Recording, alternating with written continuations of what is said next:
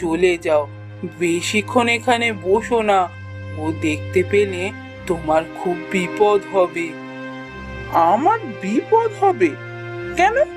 এখানে এমন কি আছে যে আমি বসলে বিপদ হবে? আর কে দেখবে?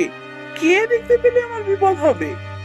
তোমাকে কি আর বলবো, শোনো তাহলে, তোমাকে খুব সংক্ষেপে সমস্ত ঘটনাটা বলি।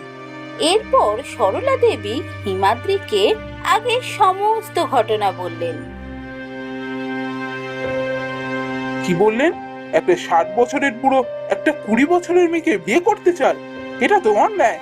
এই অন্যায় দেখে গ্রামের জমিদার মোড়ল এরা কি চুপ করে বসে আছে? জমিদার আর মোড়ল মশাই দুজনে এই মহাজনের বন্ধু হয়, ওরা কিচ্ছু করবে না। ওদের বলতে গিয়ে বিপদ বাড়বে বই কমবে না বাবা।